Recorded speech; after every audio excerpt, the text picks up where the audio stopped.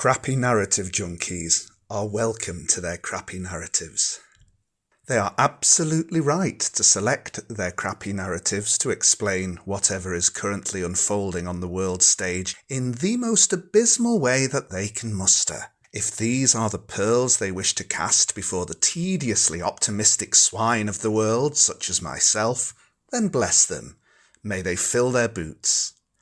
If, for example, they are passionately convinced of the narrative that all the evil bastards still have or are on the verge of achieving full spectrum dominance of everything, and any apparent loss of control is unfolding exactly according to my design, to paraphrase Darth Sidious.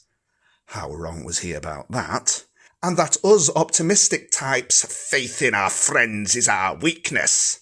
Well, who's stopping them? Wish them the best of luck with that nonsense. They can argue their case till they're blue in the face.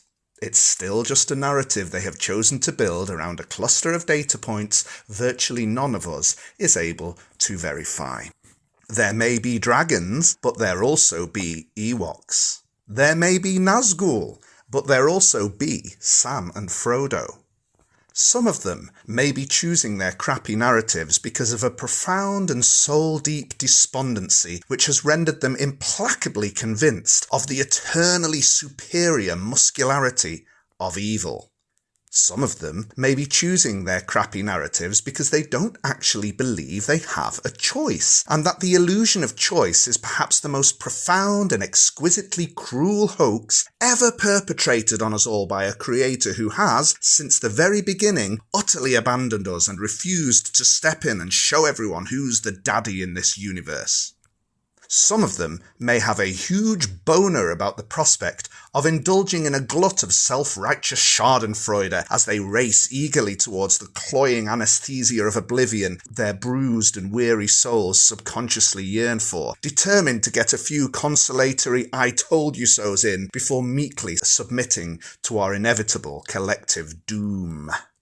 And some of them may be choosing their crappy narratives for no other reason than because they can't be asked to imagineer that anything mightier than their own ennui exists in all the bright and breathtaking cosmos, and are too lazy to push back against the Darth Sidiouses of this world because, well, it's a bit of a hassle, isn't it?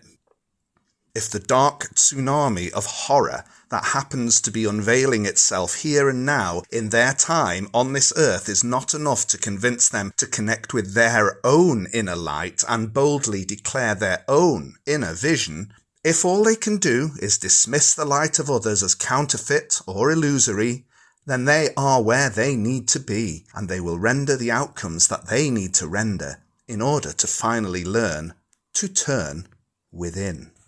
Some souls are breathing in, inspiring, and some are breathing out, expiring.